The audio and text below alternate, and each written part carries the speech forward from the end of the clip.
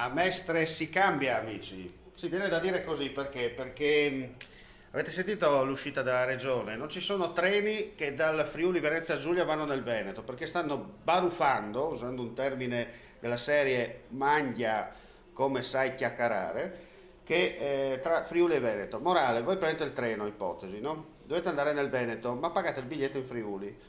In teoria ci arrivate senza problemi, ma se voi entrate nella carrozza da Venezia venendo a Udine, o da Venezia andando a Trieste in particolare, nella carrozza veneta, quando arrivate a Portogruaro il controllore dice dove va lei?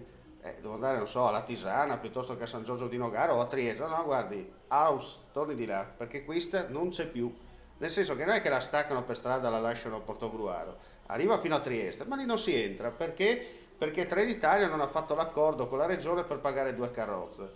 Insomma, ci vuole pellicola per parlare, metri di pellicola, ma tanti, tanti metri. Sta di fatto che a Mestre si cambia, si pipies, sempre pies.